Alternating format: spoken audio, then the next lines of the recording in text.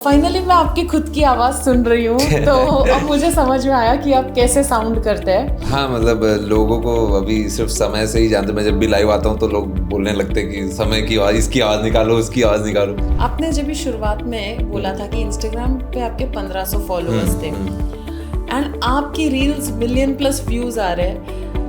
आप जो national crush, जो सेंसेशनल, आपने एकदम सही टाइम पे पकड़ा। आपको ये समय रैना की जो आवाज़ है ये कब समझ आई कि आप ये निकाल सकते हो, और ये चीज़ इंस्टाग्राम पे कब ब्लो अप हुई?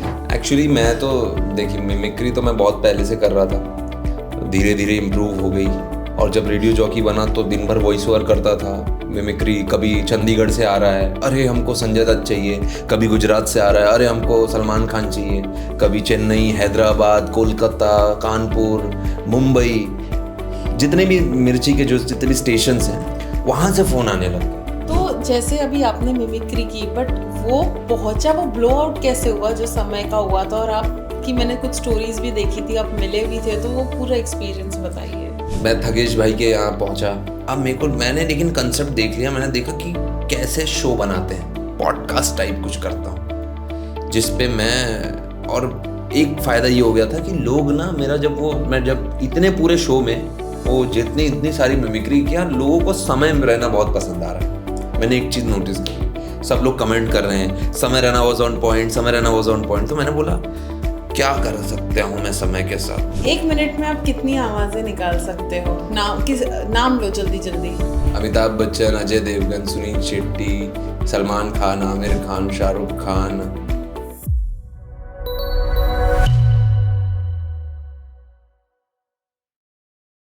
हाय guys, welcome to another episode of 4 PM news, और मैं हूँ आपकी होस्ट हर्षिता।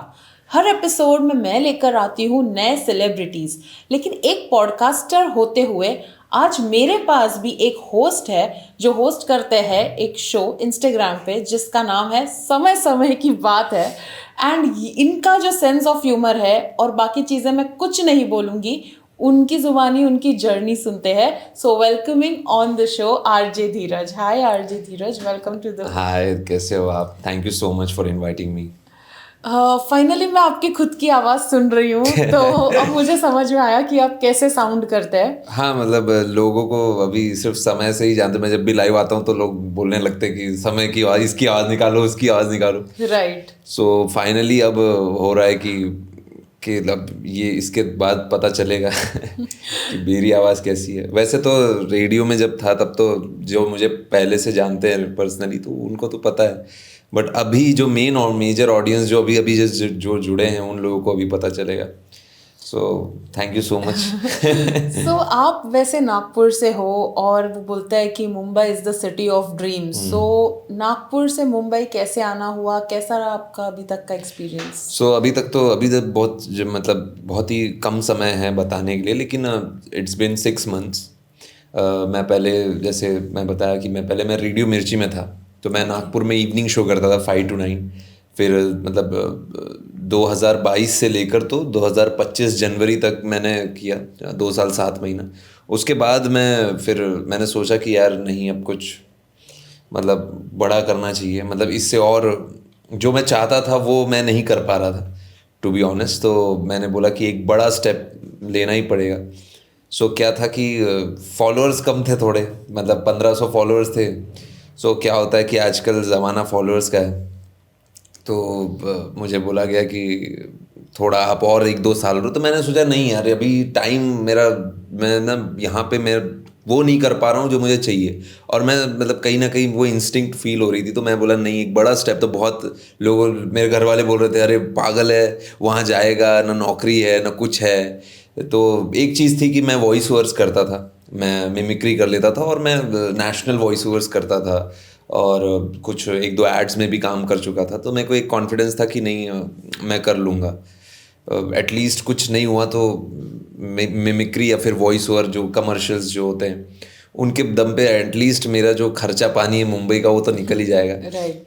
तो उसमें मैंने एक बड़ा स्टेप लेकर मैं मार्च में, मतलब मेरा 1 महीने का नोटिस पीरियड था, जनवरी में मैंने छोड़ा। 1 महीना मैंने टाइम दिया खुद को कि थोड़ा क्या करना है, कैसे, ऐसे नहीं कि पहुंच यहाँ आ गया हूँ मैं खिलाड़ी बन के अब झंडा गाड़।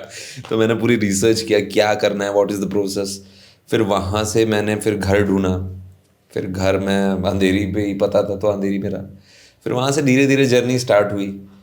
तो मैंने फिर धीरे धीरे, पहला मेरे को 15-16वें दिन मुझे काम मिला है। चलो मिल तो गया। आते हैं तो लोग 3-3 2-2 साल सिर्फ यहाँ पे कोर्सेज करते हैं, उसका कोई हिसाब किताब नहीं। ये मैंने एक चीज़ देखी, क्योंकि मेरे जैसे जब मैंने स्टार्टिंग में मैं तो वॉइसिंग को मैं एक एज अ वो कहीं कितना भी आगे इससे चले जाऊं, लेकिन जो रूट जिसको बोलते हैं ना, जहाँ से आप निकले होते हो, तो वो वॉइसिंग मुझे बहुत ज़्यादा हेल्प की है। क्योंकि अगर वो नहीं होता तो मैं शायद आज यहाँ पे नहीं बैठा होता।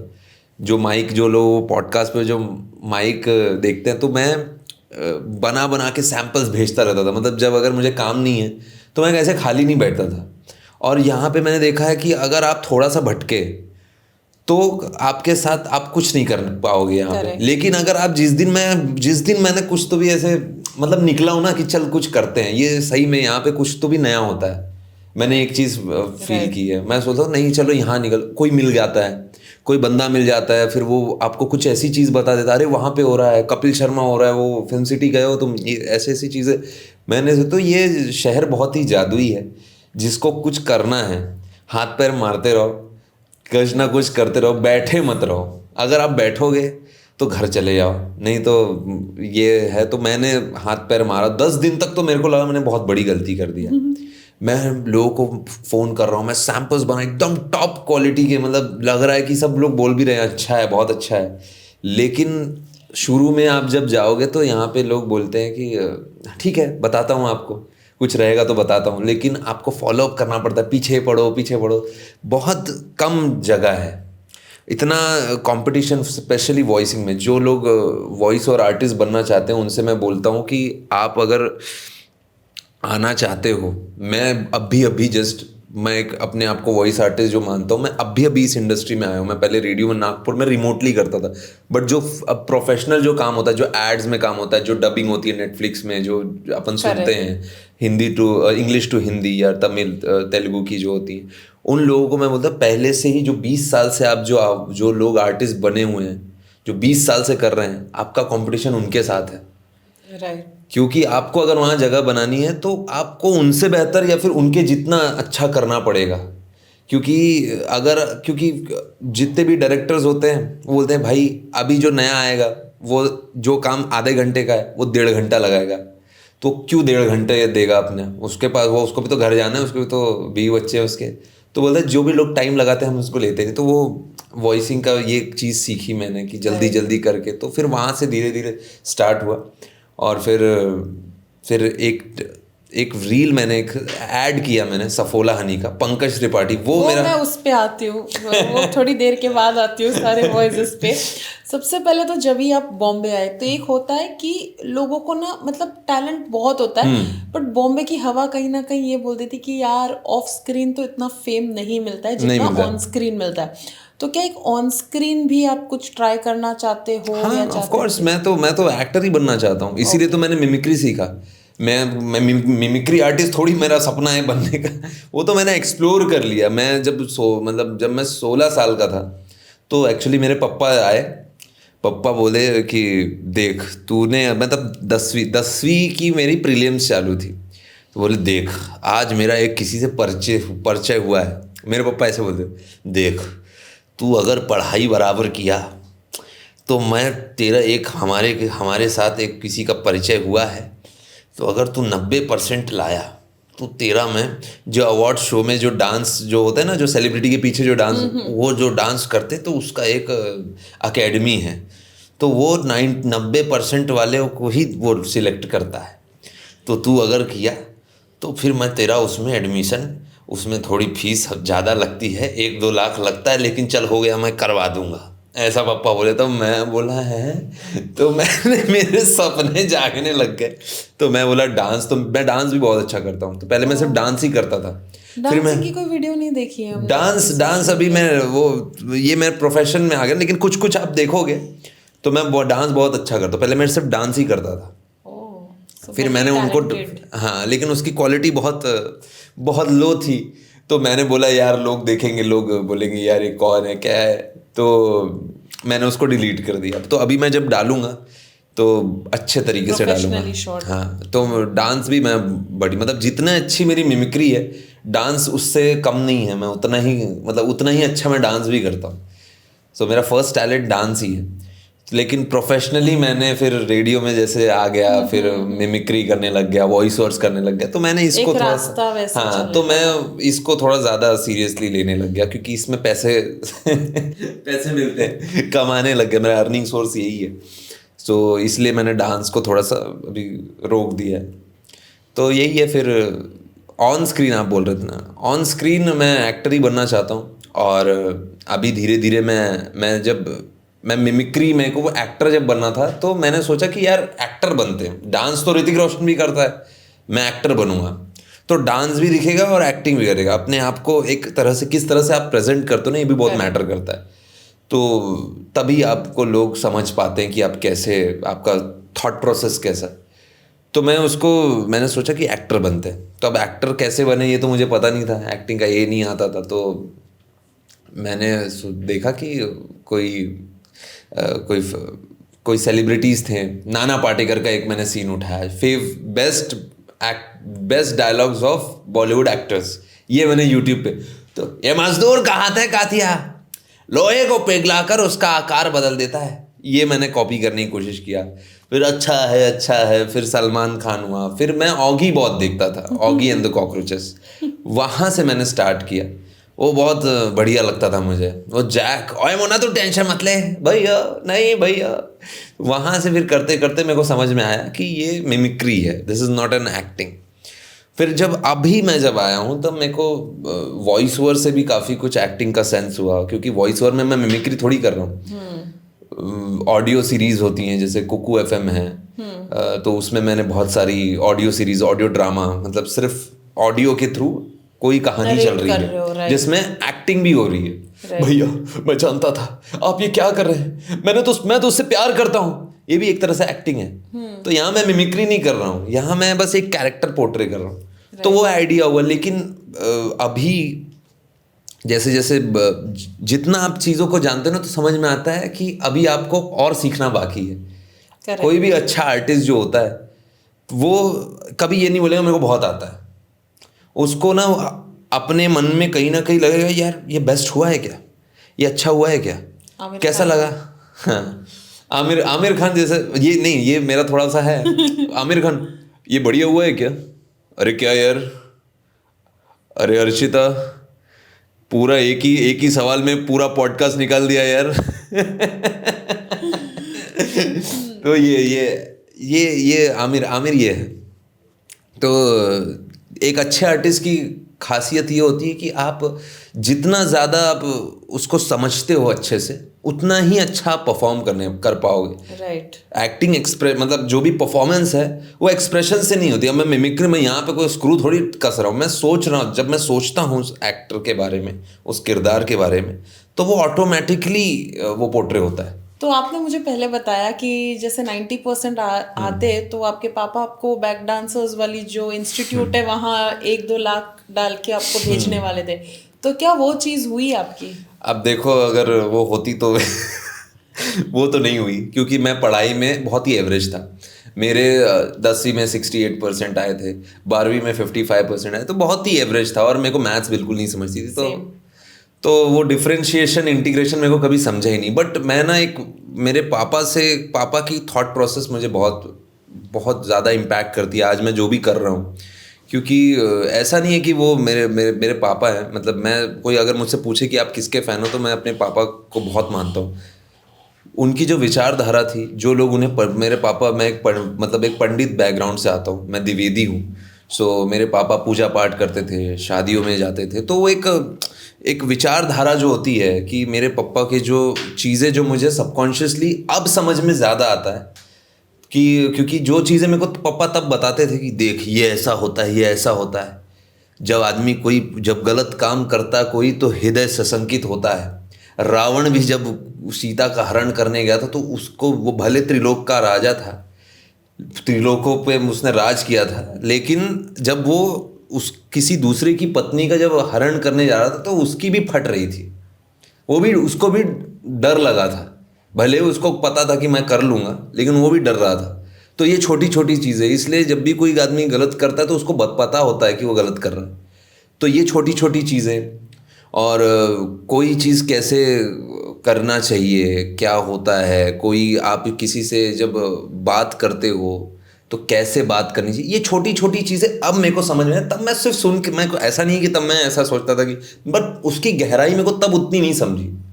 अब मैं जब चीज़ें, जब मैं मुंबई में जब मैं स्ट्रगल कर रहा हूँ, जब मैं लोगों से काम मांगता हूँ, तो मेरे को मेरे पापा के जो बताई हुई बातें हैं ना, वो बहुत ज़्यादा अब समझ में, यार अच्छा पापा ने अपने टाइम पे ये, इसलिए उन्होंने खुद ये ऐसा सीखा है, तब अब मैं एक्सप्लोर कर रहा हूँ, मैं उस रास्ते पे जब जा रहा हूँ तो मेरे को पता चला, अच्छा वो इसलिए बोलते थे ये ऐसा, अच्छा इसलिए बोलते थे कि पढ़ाई लिखाई करो जिसमें भविष्य बनना है, ये क्या तुम कर रहे हो ऐसा, मतलब मेरे को अब समझ में आता है कि पढ़ाई लिखाई क्यों मैटर करती है। जब भी आप प्रोफेशनल, मुंबई में ना बहुत बहुत ये बारीकी चीज़ बता रहा हूँ, जितने भी लोग स्ट्रगल कर रहे हैं ना उनके लिए बहुत काम आएगा।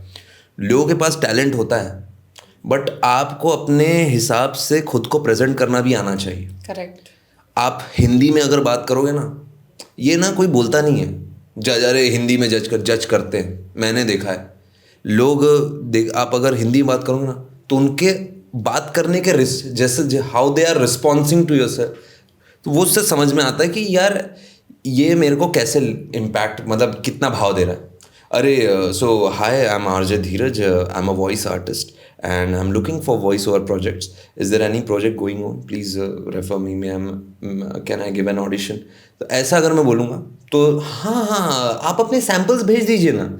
और यही अगर मैं हिंदी में बोलूँ, हाय सर, मैं ना आरजे धीरज बात कर रहा हूँ, और मैं ना अभी काम ढूंढ रहा हूँ, और प्लीज़ अगर कुछ रहेगा तो बताइएगा, इम्पैक्ट अलग पड़ता है। अब जो आदमी इतने प्रोफेशनल लोगों के साथ काम कर रहा है, उसके दिमाग में क्या रहेगा, वो कैटेगरी बनाता है अपने दिमाग में, ये स्ट्रगलर है या ये नया बंदा आया है काम का है, इसको कम पैसे देकर मैं काम करा सकता हूँ।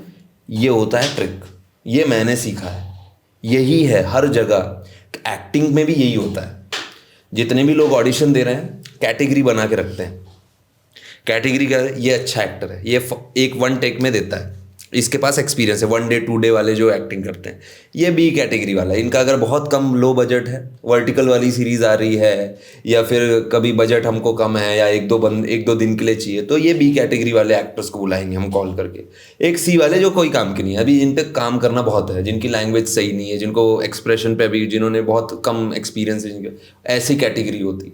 तो ये मैंने देखा कि पापा जो बोलते थे कि पढ़ो लिखो तो आपको स्ट्रक्चर समझ में आता है कि काम कैसे होता है। राइट। ये नहीं है कि क्यों बोलते कि मेरे को कोई डिग्री नहीं चाहिए, मेरे को एक्टर बनने को डिग्री नहीं चाहिए, लेकिन डिग्री, वो डिग्री होना भी ज़रूरी है ताकि मुझे प्रोफेशनलिज्म समझे, कोई काम कैसे कर परफेक्ट किया जाता है ये भी समझ में आना चाहिए। ये मैं उन लोगों के लिए बता रहा हूँ जो लोग मेहनत कर रहे हैं और जिनको समझ में नहीं आ रहा है।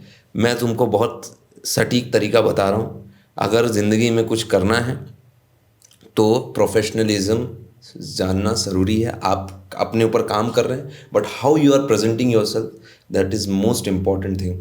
यहाँ पे तभी आपको लोग भाव देंगे, आप किस तरह से बात करते हो, खुद को कैसे प्रेजेंट करते हो।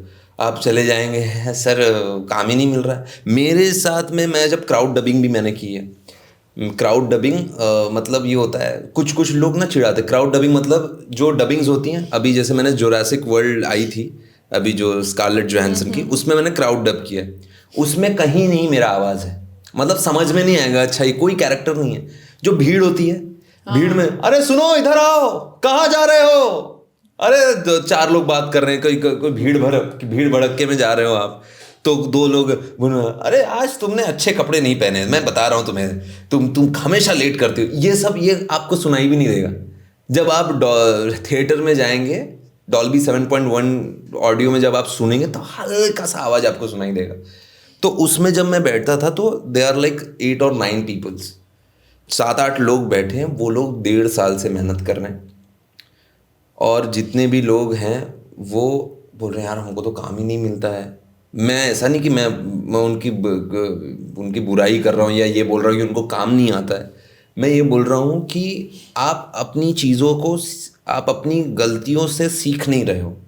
यू आर जस्ट, आप सामने वाले के ऊपर आस लगाए बैठे हो कि ये मुझे काम दे दे। जब तक आप दिखाओगे नहीं उसको कि मेरे को ये आता है, आगे हो जाओ, बताओ। ये मत सोचो अरे कौन क्या बोलेगा, अरे बताओ मैं क्या कर सकता हूँ, सर ये देखो मेरे को ये आता है। तो मैंने वो क्राउड डबिंग सीखी, वहाँ से मेरे को समझ में आया कि यार ये कैसे घुसना कैसे है। नहीं तो बहुत सारे लोग कैरेक्टर कर ही नहीं पाते हैं।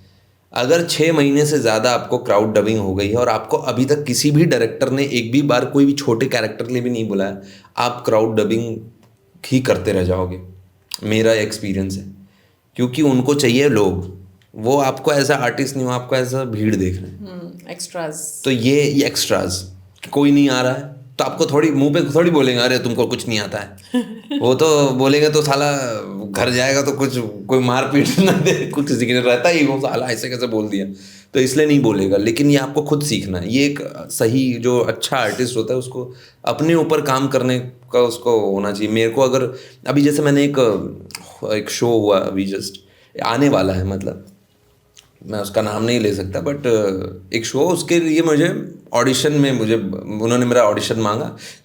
We think that your profile is good and हम आपको शॉर्टलिस्ट कर रहे हैं, आप एक ऑडिशन बना के भेज दिए। मैंने भेजा तो वो नहीं हुआ, किसी और को सिलेक्ट कर लिया, मेरा नहीं हुआ। तो ऐसा नहीं है कि मैं अब ये आ जाऊँ अरे इनको कुछ नहीं आता ये। मैंने ये देखा कि क्यों नहीं हुआ, किसी को तो कुछ तो कमी रही होगी मुझ पे, ऐसे ही कोई बेवफा नहीं होता। तो मैंने अपने ऊपर काम किया। हाँ ये ना मेरे को 4 लोगों के सामने नहीं करना चाहिए था। जब मैं ऑडिशन कर रहा था तो 4-5 लोग देख रहे हैं, कोई एक लाइन रिपीट हो जा रही है तो आदमी का ध्यान भटक जाता, सोचता सोचता है अरे साला कितना टाइम ले रहा है, ये कर रहा है।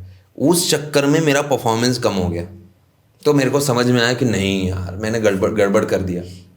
तो इसलिए मैंने ये चीज़ समझी। अब दोबारा जब कोई काम होगा तो मैं ये गलती नहीं करूँगा, राइट। तभी आदमी आगे बढ़ता है। करेक्ट।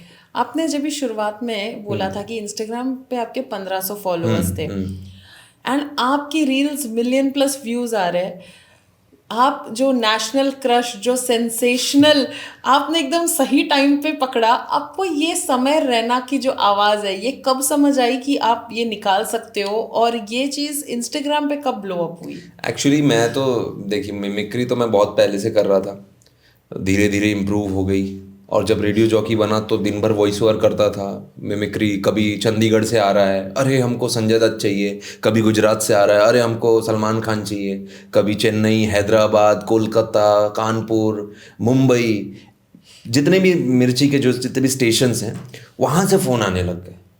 तो मेरे को समझ में आया कि भाई ये तो बढ़िया चीज़ है।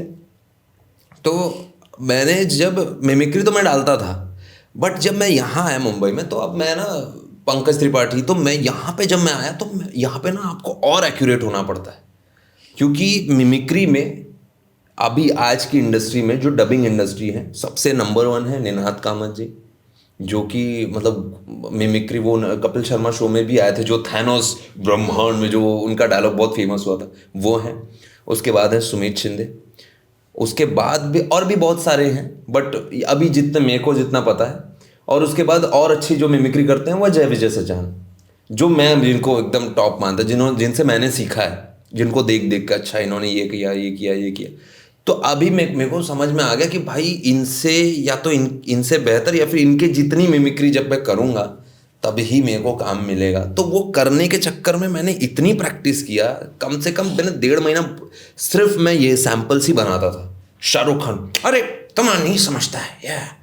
एक मैंने सलमान खान का पेप्सी का बड़ा पैक सिर्फ 50 रुपए में, ये भी समझ में आता है कि कितना पास जाओगे माइक के तो वो आपको वो एसेंस फील होगा। कमाल करते हो।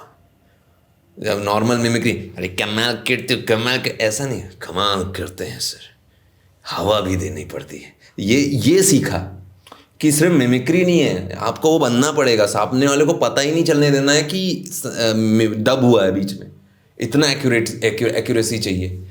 तो वो एक बहुत बहुत बड़ा चैलेंज था। तो वो करते करते मेरे को इतना इम्प्रूव हो गया। फिर आया पंकज त्रिपाठी का ऐड, वो मेरा हो गया सिलेक्ट।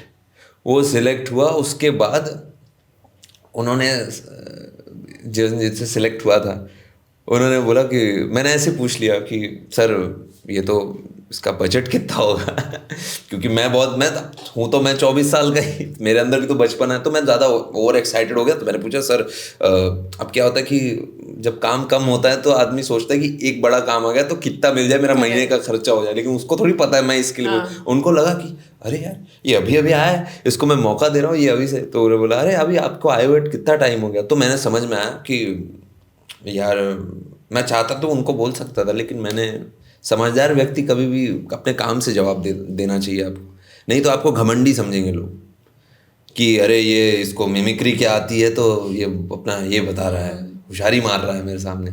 तो मैंने उनको कुछ नहीं बोला, मतलब नहीं सर सॉरी अगर आपको ऐसा लगा होगा। मैंने फिर लेकिन अब मेरे को बुरा तो लग गया, हालांकि ऐसे कैसे मेरे को बोल दिए। तो मैंने इतनी मेहनत किया, शुद्ध हनी चाहिए तो सफोला हनी लीजिए, ये मैंने पूरी रात में प्रैक्टिस की है।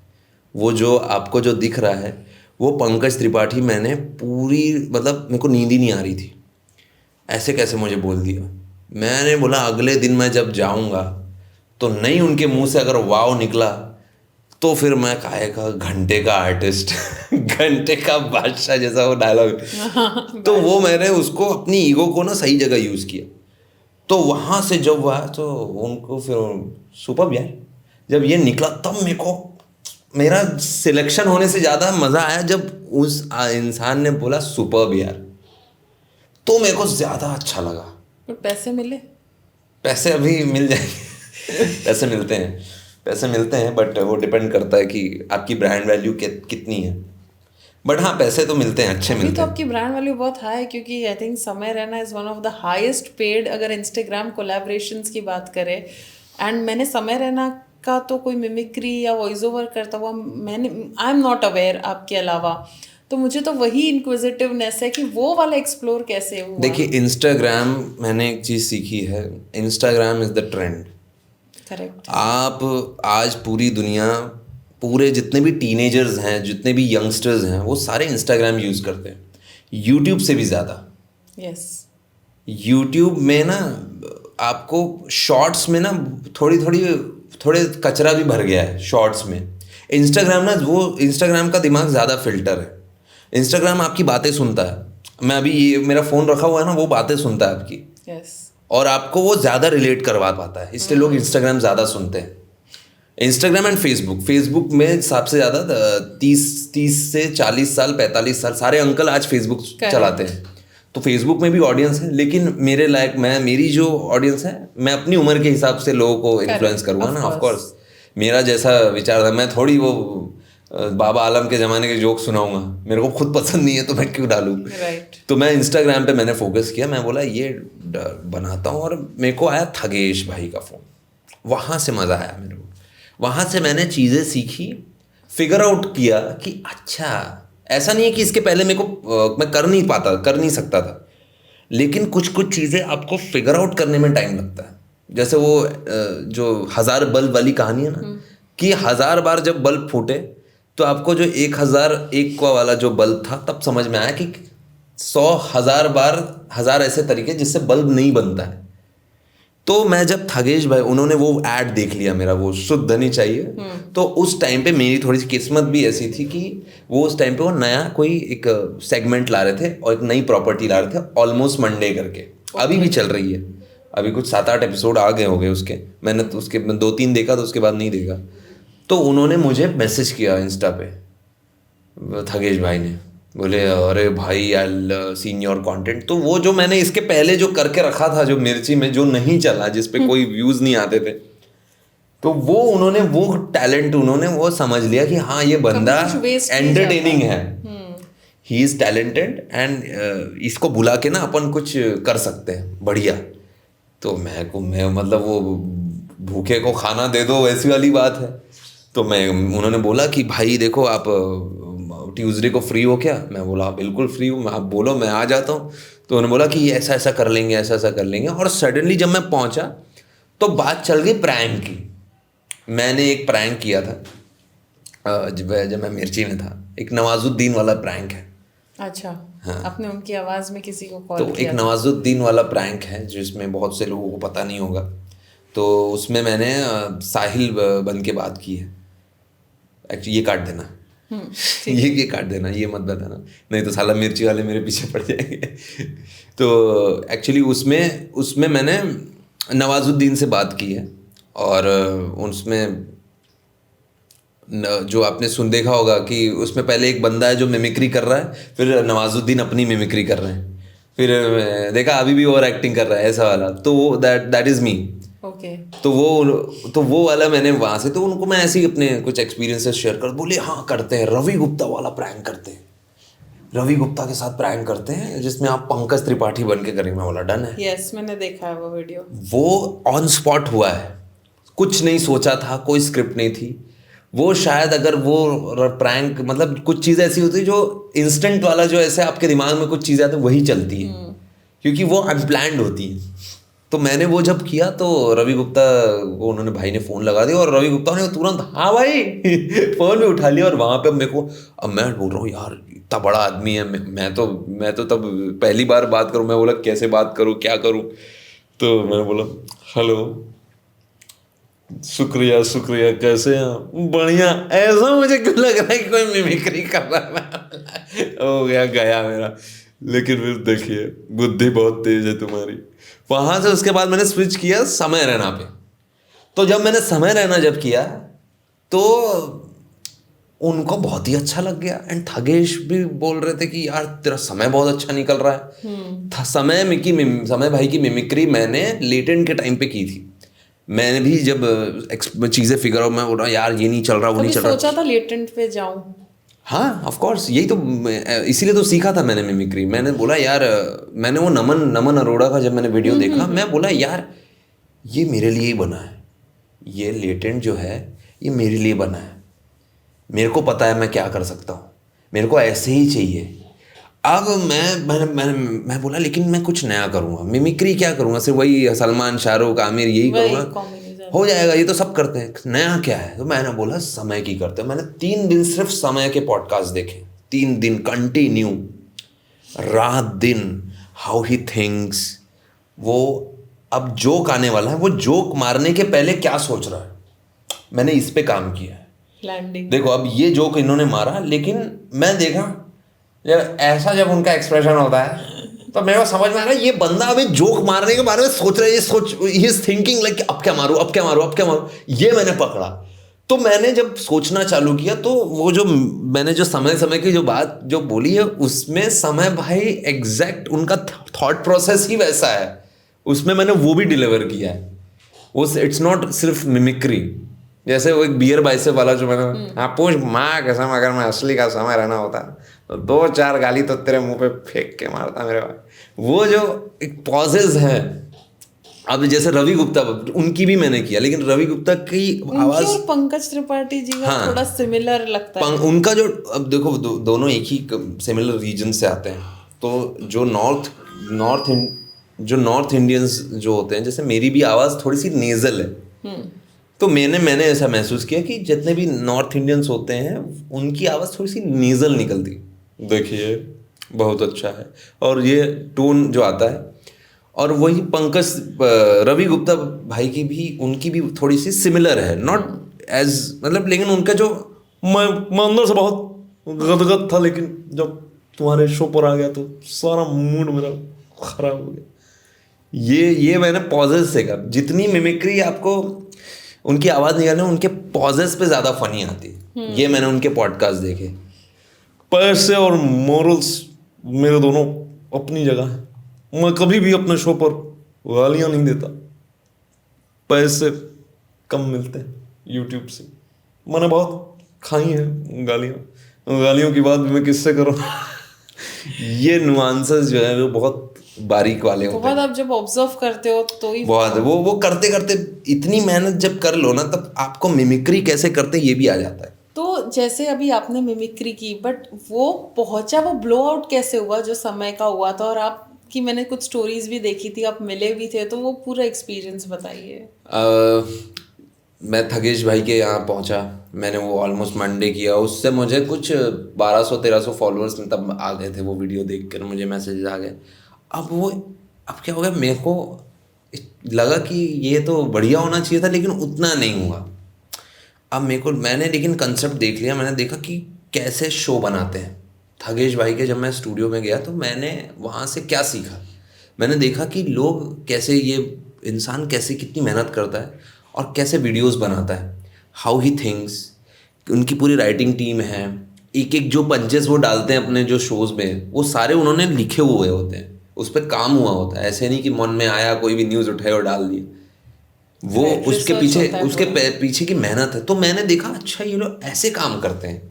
और मैं फिर मैंने बोला कि ठीक है, मैं भी ऐसे बनाता हूँ। तो मेरे दिमाग में आया कि मैं एक पॉडकास्ट टाइप कुछ करता हूँ जिस पे और एक फ़ायदा ये हो गया था कि लोग ना मैं जब इतने पूरे शो में वो जितनी इतनी सारी मिमिक्री किया, लोगों को समय में रहना बहुत पसंद आ रहा है।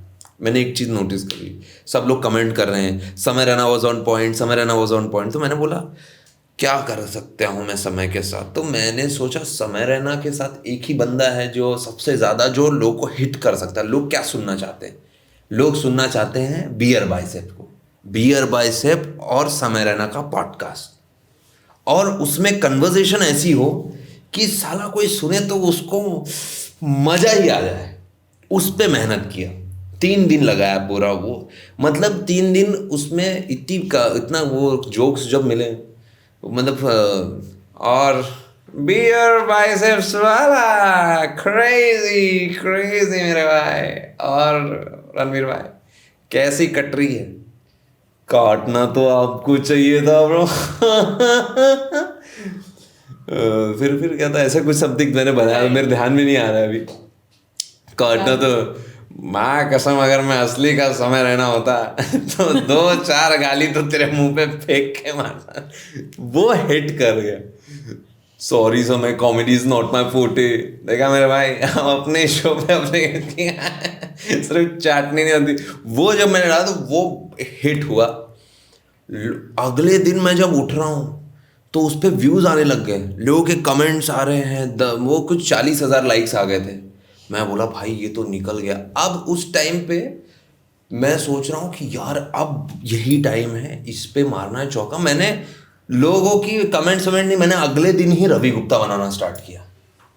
मैंने बोला अभी यही टाइम है, और क्या डाल सकता हूँ, और क्या डाल सकता हूँ। मैं बोला रवि गुप्ता, नेक्स्ट इज रवि गुप्ता। रवि गुप्ता की जब वो रील आई तब तक वो इतना मैच्योर हो गया था, वो उस पर कुछ हो गए थे 100 के लाइक्स हो गए थे। तब बलराज भाई ने कमेंट कर दिया था मेरी रील पे 50-40 हज़ार लाइक पे। अगले दिन सुबह उठ रहा हूँ तो बलराज भाई का पूरा लाफिंग इमोजीज आ रहे हैं। तो मैंने स्टोरी लगाई, मैं बोला बलराज भाई ये रील समय भाई को ज़रूर दिखाना।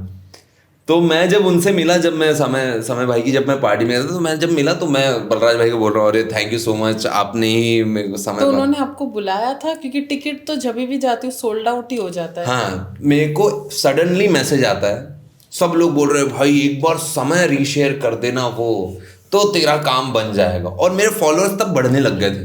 3,000 पे था मैं, एक दिन के अंदर मेरे 1,000 फॉलोअर्स ऐसे बढ़े वो रील से।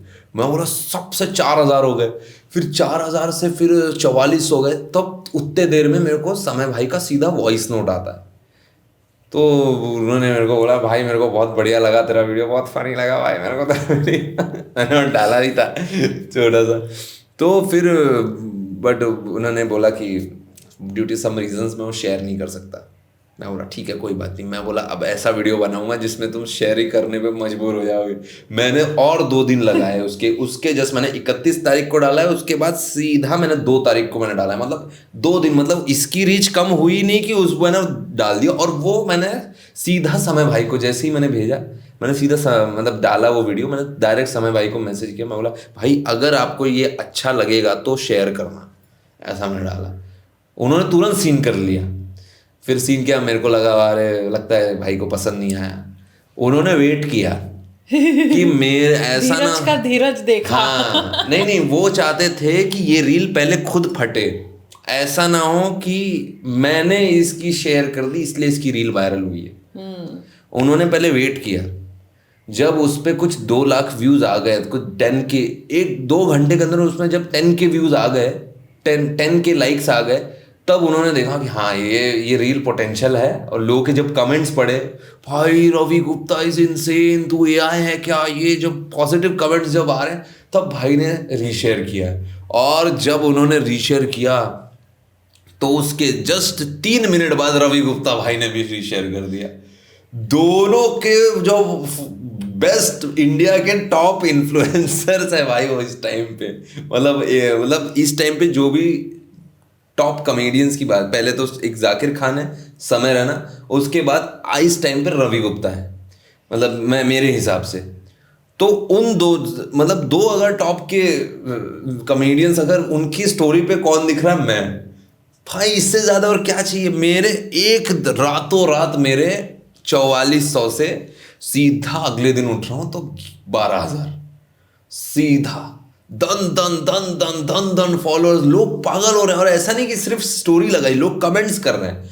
तो मेरे को समझ में आया भाई हार्ड वर्क पेज ऑफ। और लोग, मतलब लोग मेरे को बोल रहे भाई यू आर इनसेन। और पूरे जितने भी ब्लू टिक वाले, चांदनी मिमिक का मेरे को मैसेज आया, अंकुर अग्रवाल हैं, बहुत बढ़िया एक्टर हैं यार, उनका पर्सनल मैसेज आया, निनाद कामत जी मुझे फॉलो कभी जस्ट किए हैं, विकल्प मेहता हो गए, यशराज मुखाटे हो गए, तो हैबिटेट बलराज भाई, समय रैना का मैं कमेंट है, अबे यार उस पे कुछ 1 लाख लाइक्स हो चुके हैं अभी।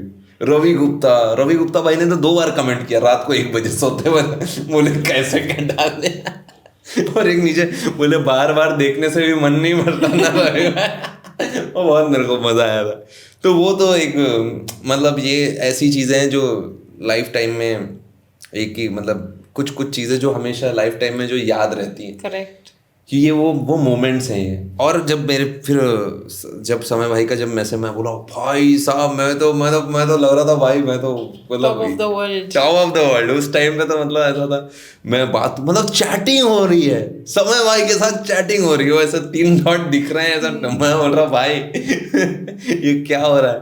बोले शो पे जरूर आना। अब मैं बोला यार शो पे कैसे हो, देखा तो पूरा सोल्ड आउट हो गया है वो, मुंबई का एक तो। हाँ, वो तो वही मुंबई होता है। में डोम, तो मतलब सबसे बड़ा इवेंट तो मुंबई का ही था, तो वो सोल्ड आउट हो गया। मैंने मैसेज किया 5 मिनट बाद, मैं बोला, अब मेरे को लगा भी ये देखेंगे कि नहीं देखेंगे, लेकिन तुरंत उन्होंने बोले, मैं बोला भाई आपका शो तो सोल्ड आउट हो गया, ऐसे रोने वाला इमोजी वो एक आंसू वाला। तो मैं बोला how many passes you want, मैं बोला कितने बोलूं, 1 बोलूं 2 बोलूं 5 पासेस। बोले भाई बोले भाई डन। अब मैं हो गया, अब मैंने इसको ना एक अपॉर्चुनिटी जैसा लिया। मैं बोला ऐसा नहीं लगना चाहिए, 1 महीना है मेरे पास, 1 महीने तक मेरे को इतना बड़ा बन जाना है कि लगे कि भाई ये कोई एज अ फैन नहीं है, ये भी एक आर्टिस्ट है। ऐसा ना हो कि ये मतलब सिर्फ समय भाई ने प्रमोट कर दिया तो करके ये आगे आया है। तो मैंने वो चीज़ को समझा, मैंने बोला, फिर मैंने पुनीत सुपरस्टार डाला, फिर दीपक कलाल डाला, फिर मैंने आमिर खान डाला। पुनीत सुपरस्टार भी अच्छा था वो मैंने 1 दिन के अंदर वो आवाज़ की है, क्योंकि कुछ यूनिक होता है तो पकड़ लेते हैं। फिर दीपक कलाल का भी डाला था, तो उसमें स्क्रिप्टिंग में बहुत मेहनत किया हूँ उसमें। फिर जाकिर खान वाला थोड़ा सा मेरी रेंज में थोड़ा अपोजिट था, तो वो उतना नहीं डिलीवर कर पाया। बट वो भी मैंने एक चीज़ उससे सीखी कि how to take the criticism. जब लोगों के नेगेटिव, अभी 4-5 रील से तो तारीफें सुन रहा था, जब कुछ चीज़ अच्छी थी उतनी अच्छी नहीं थी, ये मैं समझ, लेवल सेट कर दिया। हाँ, एक लेवल। अब लोगों को आदत हो गई, अरे भाई मतलब RJ धीरज तो बहुत ही अच्छी मिमिक्री कर ले। तो ऐसा जरूरी नहीं, किसी कैरेक्टर की, जाकिर भाई की थोड़ी सी पतली आवाज़ है, वो मेरी आवाज़ थोड़ी सी ये है, तो उनकी थोड़ी सी पतली आवाज़, तो वो डिलीवर नहीं हो पाई। लेकिन मैंने एक चीज़ उससे ये सीखी, जब लोग नेगेटिव कमेंट्स करते हैं तो आपको कैसे हैंडल करना है। मैं अब उसका पूरा इग्नोर, मेरे को मैसेज कर रहे हैं अरे डिलीट कर दो वीडियो, मैं बोला डिलीट कर दूंगा तो फिर इसमें तो मेरे को अपने आप पे कॉन्फिडेंस नहीं है। पिक्चर भी तो फ्लॉप होती है, पर इसका मतलब ये थोड़ी है कि वो डायरेक्टर खराब है, एक्टर खराब है। कभी कभी आपके हर चीज़, हर बॉल पे तो छक्के नहीं लगते, कभी कभी आप डॉट बॉल भी जाती, कभी कभी आउट भी होते हो। तो ऐसा नहीं है कि अब आउट हो गए तो अब क्रिकेट खेलना ही छोड़ दो या फिर डिलीट ही कर दो। तो वो चीज़ मैंने सीखी। मैंने देखा कि फिर मैंने क्रिटिक मतलब अब उनको एकदम से इग्नोर कर दूंगा तो ये भी लगेगा कि अरे भाई क्या हो, ये तो देखा इसको सिर्फ तारीफ सुनना आता है, तो वो भी सीखा। तो फिर उसके बाद धीरे धीरे और जब डाला तब मेरा एक पोर्टफोलियो बन गया एक तरह से कि भाई ये बंदा इतने सारे लोगों की कर सकता है। तो जब मैं फिर मैंने वो एक कार वाला बनाया, गाना तो आता नहीं है मगर ओ वाह, वो भी बहुत अच्छा था। वो वाला वीडियो बहुत ही मतलब वो मेरे को एकदम से ऐसे एक यार मैंने कैब की है उसके लिए, मेरे पास थोड़ी ना कार थी। मैं जहाँ रहता हूँ मेरे पीजी के बंदू को उठाया मैंने बोला चलो मेरे साथ एक वीडियो बनाते, घूम के आते हैं, खाना खाए रात के 10 बजे। मुंबई में ट्रैफिक इतना रहता है, रात के 11 बजे कैब किया हूँ। कैब वाले को पूछ रहा हूँ भाई आपके डीवीडी प्लेयर मतलब बढ़िया चल रहा है क्या, आपका ब्लूटूथ है क्या, आपके स्पीकर है क्या, म्यूजिक बजा सकते हैं क्या। 5-6 कैब्स किया, वो वैगनार कोई, मैं बोला इसकी सबसे महंगी वाली करता हूँ, मतलब कुछ 5 हाँ मतलब वो सुजुकी अर्टिगा थी वो। हाँ। मैं बोला भैया आपके पास एक मतलब उनको ये नहीं पता वीडियो बना रहा। मैं बोला भैया, बोले सर आपका पिकअप भी वही है ड्रॉप भी वही है, मेरे को समझ में नहीं आया। मैं बोला बस एक राउंड मार के आना एक राउंड मार के आना लंबा सा। मैं बोला आपके गाड़ी में स्पीकर है क्या। मैं बोला हाँ। बोले अरे सर, बोले JBL के स्पीकर है, आप आओ तो। मैं बोला बस हो गया, अब इसके चाहे 500 रुपये लगे चाहे कितने भी लगे मैं तो इसको दूंगा। तो मैंने वो समय भाई की शर्ट पहना, दोनों बंदों को ट्रेन किया। मैं बोला देखो कहाँ बोला, हाँ आएगा वो पीछे वो बंदे ना, हाँ आएगा उनको मैंने वो सिखाया है। मैं बोला यहाँ पे बोलना आएगा।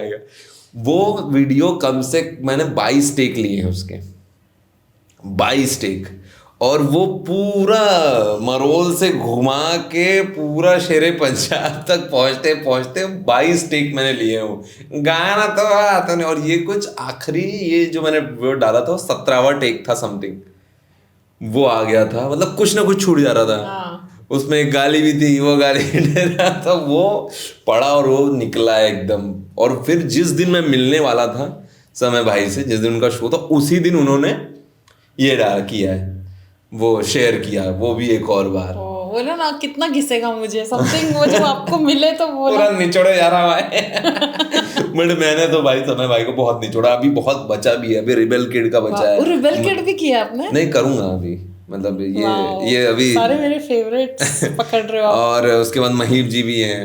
अच्छा अब औरी को भी मिले, कभी सोचो औरी का औरी तो भाई कहाँ से आ गया मेरे को समझा ही नहीं भाई। मैं उनसे बोला हाउ डिड यू, मैं उनके साथ पहले समय भाई ऐसे जा रहे मेरे सामने से, उनका फोन मैं दूर से देखा औरी लिखा था उसमें। मैं बोला हाँ ये बड़े आदमी है, चैट वैट चल रही होगी भाई। वो सबको जा के बोला, मैं बोला क्या हो गया, तो बोले भाई औरी आ रहा है। मैं बोला अरे वाह, आज तो एक और लड्डू फूटा मन में एक ही लड्डू था, अभी एक और लड्डू फूट रहा है। मैं बोला आने दो। फिर मैं बोला समय भाई मिलाओ ना मुझे भी। तो समय भाई मिला रहे हैं औरी से। बोले अच्छा तेरे को मिलाऊं, और मैं बोला मिलाओ ना प्लीज। तो बोले hi this is Dheeraj, he mimics me. तो और ही बोलते हैं कि ओके सो मिमिक मी। मैंने उसी टाइम पे मैं समय भाई के ऐसे छाती में ऐसे करके, जो भाई का पोज है वैसे करके हाय समय मैंने ऐसे किया। सो उनको मजा आ गया। बट और ही वो उनकी इमेज, लोग भले कुछ भी बोले but as a person he is very smart. मतलब मेरे को वो बंदा बहुत समझदार, मार्केटिंग जीनियस। अरे इज वेरी स्मार्ट। और ऐसा नहीं है कि उनको अपने जोक समझते नहीं है भाई। मैं अपने मतलब एक बहुत ही सिमिलर, मैं बोल रहा था हाँ साले हम दोनों का वीडियो बना, और मेरा वो एक जो एक मैंने स्टोरी भी डाली थी। तो मैं अपने दोस्त से बात कर रहा था, तो वो मेरे और मेरे दोस्त ही समझ सकता था, वो ऐसी बात थी। बट और ही ने वो जोक समझा और इन्हें हंस दिया वो जोक पे। तो मेरे को समझा कि भाई इसको समझा वो मैं क्या बोल रहा था। अबे साले अपना मेरा बनाना वीडियो अपना ही बना, घुस रहा है बीच में तो वो और इन्हें हंस दिया। तो मेरे को समझा भाई इज वेरी स्मार्ट। फिर मैंने ऐसे पूछा उनसे कि how did you came here. So बोले I live in like 5 minutes away. मैं बोला भाई साहब तो वो अलग ही हो गया नहीं, मतलब बहुत स्वीट बंदे हैं, मतलब बहुत मजा आया उनके साथ मिलके। मैंने फिर डांस वीडियो भी किया। हाँ देखा फिर मैंने। समय समय भाई खुद खुश हो रहे, समय भाई सरप्राइज हो रहे कि साला इसको मैंने, ये अभी अभी मेरा ही मेहमान था और ये मेरे मेहमानों के साथ भी डांस कर रहा है, तो मेरे को बहुत मजा आया उसमें। फिर आपने बोला नहीं समय समय की बात है मेरे भाई? अरे अगले दिन मेरे को जब मैंने रील डाला तो उन्होंने मेरे को मैसेज किया व्हाट्सएप पे, समय मैंने, अरे फ्रेंड तूने निचोड़ा है भाई, वो तूने निचोड़ा है भाई उस इवेंट को मेरे से भी ज्यादा, वेरी प्राउड ऑफ यू भाई, वेरी प्राउड ऑफ यू। मैं बोला थैंक यू सो वो मच अच्छे से गाली देके प्यार करते हैं ना। वो उनका स्टाइल है, बट वो उसके गाली के वजह से ही तो इस समय बीइंग समय, वो ऐसा नहीं है कि वो फालतू गाली है, उस गाली के पीछे भी एक एक इमोशन है। ये वैन समझ रहे हो? कटेगा ना ये? हाँ समझ सकती हूँ मैं। लेकिन ये डालने लायक है। मैंने उसको सब टाइट मतलब ऐसा मुंह में थूक भर के बोला है बट ये अच्छा लगा मेरे को, इसको प्लीज डाल देना। बट इतना सही लगता है ना जब भी लोग आपको आपकी जो चीजें करते हैं उसके लिए पहचानते हैं, आपको उस इंसान से जब ग्रेटिफिकेशन मिलता है तो बहुत बहुत अच्छा लगता है। और मैंने देखा कि मैं सिर्फ समय भाई से थोड़ी मिला उस पार्टी में, मैं सिर्फ वो पार्टी इंजॉय करने नहीं गया था, वो पार्टी को मैं भी मैंने एज एक जरिया भी था, अपॉर्चुनिटी of भी course। देखा मैंने कि हाउ ये लोग उस जगह पर पहुंच चुके हैं जहां मैं अभी पहुंचूंगा या पहुंचने वाला हूं या शायद रास्ते में हूं। ये लोग वहाँ ऑलरेडी वहाँ पहुँच गए हैं और एक अच्छा खासा मुकाम, तन्मय भट्ट भाई वहाँ बैठे हैं, बलराज भाई वहाँ पे बैठे हैं, कुल्लू भाई वहाँ बैठे हैं, मिथिलेश हैं, मिथपैट जो हैं, तो ये बड़े बड़े से अब आज के डेट में इंटरनेट पे अपने अपना पे Sensation है। एक ब्रांड वैल्यू बना चुके हैं। तो मैं ये देख रहा हूँ कि हाउ दे, इनका थॉट प्रोसेस, ये यहाँ पे कैसे पहुंचे हैं और ये इतना पहुंचने के बाद इसको कैसे मैनेज करते हैं। ऐसा नहीं कि हर बंदे के अपने अपना ईगो है भाई, बट ये सभी जब ईगो वाले मतलब सभी जब एक जिनको भाव मिलने की आदत हो जाती है तो ये लोग कैसे रहते हैं। तो मैंने वो भी चीज़ें ऑब्जर्व की और ये मैं अपने लिए इनसे सब सीख के मैं भी एक दिन अप्लाई करूँगा तो आएगा होपफुली। अब आगे हम आरजे धीरज को कहाँ कहाँ देख सकते हैं? आगे तो अभी वो लोग मिलते जाएंगे, रास्ते बनते जाएंगे, कारवां चलता जाएगा बट मैं ऐसा नहीं है कि अभी जो बना लिया तो बना लिया, अभी मैं एक तरह से इनडायरेक्टली मैं जर्नी दिखाना चाहता हूँ। मेरे को ये नहीं, मेरे को सक्सेसफुल बनूँ चाहे ना बनूँ वो मेरे हाथ में नहीं है। बट मैंने जब एक बार जब मैं जॉब मैं छोड़ चुका था तो मेरे जो बॉस थे उन्होंने बोला था कि देख मेरे को तो पहले से ही डाउट था, जब आप नहीं कर पाते हो ना तब हर कोई ऐसा ही बोलता है। क्योंकि मैं रेडियो में काम करता था। अब रेडियो की एक रेपुटेशन बहुत अच्छी है, रेडियो से सीखने के लिए बहुत अच्छा है। जितना कैलिबर चाहिए आज से 15 साल पहले जितनी मेहनत करनी पड़ती थी, जितना पोटेंशियल चाहिए आज भी उतना ही चाहिए रेडियो पे, क्योंकि एक फर्म आपको तभी पैसे देगी जब आप उसके लायक होंगे। करेक्ट। तो लेकिन आजकल रेडियो में ऑडियंस कम हो गई है। आप इट्स लाइक दीवार पे सर मारने जैसा है। आप मेहनत तो बहुत कर रहे हो लेकिन उतना आउटपुट नहीं मिल रहा है, समझ रहे हैं आप? तो वो मैंने एक चीज़ देखी कि यार मैं इतना बढ़िया कंटेंट बना लूँ लेकिन उस कंटेंट को जब वो सुनने वाली नहीं है, ऑडियंस ही 45 साल की औरत अगर मुझे सुन रही है और मेरा जोक है 22 साल वाला, मैं तो यंग हूँ ना, मैं तो अपने थॉट प्रोसेस के हिसाब से ही Gen Z कंटेंट वाला। बनाऊंगा, जेनजी वाला या फिर मिलेनियल तक भी मैं पहुंच पाऊँ। लेकिन वो एकदम 1970s वाला थोड़ी ना मेरे पास ह्यूमर है, वो राजू श्रीवास्तव वाला ह्यूमर मैं कहाँ से लाऊं या फिर क्या एंगेजमेंट लाऊं। तो मैंने एक बार एक शो किया मिर्ची चिलपिल, जिसमें मैंने ऐसी बातें की जो कि आपको फनी लगे या फिर जो कि 20 से 30 साल के जो लोग हैं उनको फनी लगेगा। बट एक ने मुझे कॉल किया, वो मैं बोला आप इफ यू डोंट माइंड कहना है आस्क योर एज, आप कितने साल? बोले मैं तो 46 की हूँ। बोला और आप क्या कर रहे हो रेडियो पे? मैं बोला मैम वो आपके लिए नहीं है, ये मैं मम्मी को थोड़ी बता पाऊंगा कि मैं समय रहना से मिला। समय रहना कि वही लोग जान पाएंगे ना कि जो उस एज की है। मम्मी को थोड़ी पता है समय रहना का कंटेंट में दिखा भी नहीं सकता। मैं बोलूंगा देखो ऐसे, तो मम्मी को थोड़ी समझेगा। तो वो सेम वैसी वाली बात होगी कि इतना अच्छा मैं कर भी रहा हूँ लेकिन सुनने वाले ही मेरे 46 से, तो वो मैच नहीं हो रहा था। मैं बोल रहा मैं गलत जगह पे हूँ, मेरे को कुछ और करना पड़ेगा, इसलिए मैंने रेडियो छोड़ा। क्योंकि और मेरा टाइम वेस्ट हो रहा था वहाँ। तो मैंने एक बहुत हार्ड डिसीजन लिया कि मैंने वो सोचा कि फिर मम्मी ने बोला कि छोड़ देगा तो ना यहाँ करेगा ना वहाँ करेगा। आज बढ़िया नौकरी है, लोग आज पूछते हैं अच्छा रेडियो में काम करते हो, लेकिन मेरे को पता है ना मैं कहाँ पे हूँ। मैं अपने आप से क्यों झूठ बोलूँ, लोगों को दिखाने के लिए क्या करूँ, इससे और बड़ा बनूंगा। आज मेरे जब फॉलोअर जो बने हैं ना, वो जेन्युइन फॉलोअर्स हैं और वो कमाए हुए हैं। और ऐसा नहीं है कि किसी ने मेरे को दे दिया है, वो उसकी जर्नी मैंने क्यों कैसे मिले हैं वो मैं जानता हूँ, तो उसका अलग मज़ा है। और यहाँ तक पहुँचने के बाद अभी समझ में आता है कि और मिलना चाहिए, और इससे बेहतर करना चाहिए, इससे और बेहतर। तो वो धीरे धीरे समझ में आता है। तो अभी होपफुली आएगा बहुत जल्दी, और समय भाई के साथ और भी बहुत बढ़िया काम होंगे। एक दिन आएगा जब मैं समय भाई की स्टोरी डालूंगा और वो बोलेंगे भाई क्या बात है। क्या बात है। तो उसी बात पे हम करते एक फन रैपिड फायर। ओके। एक लड़की को इम्प्रेस करना हो तो किसकी आवाज में करोगे? सलमान खान।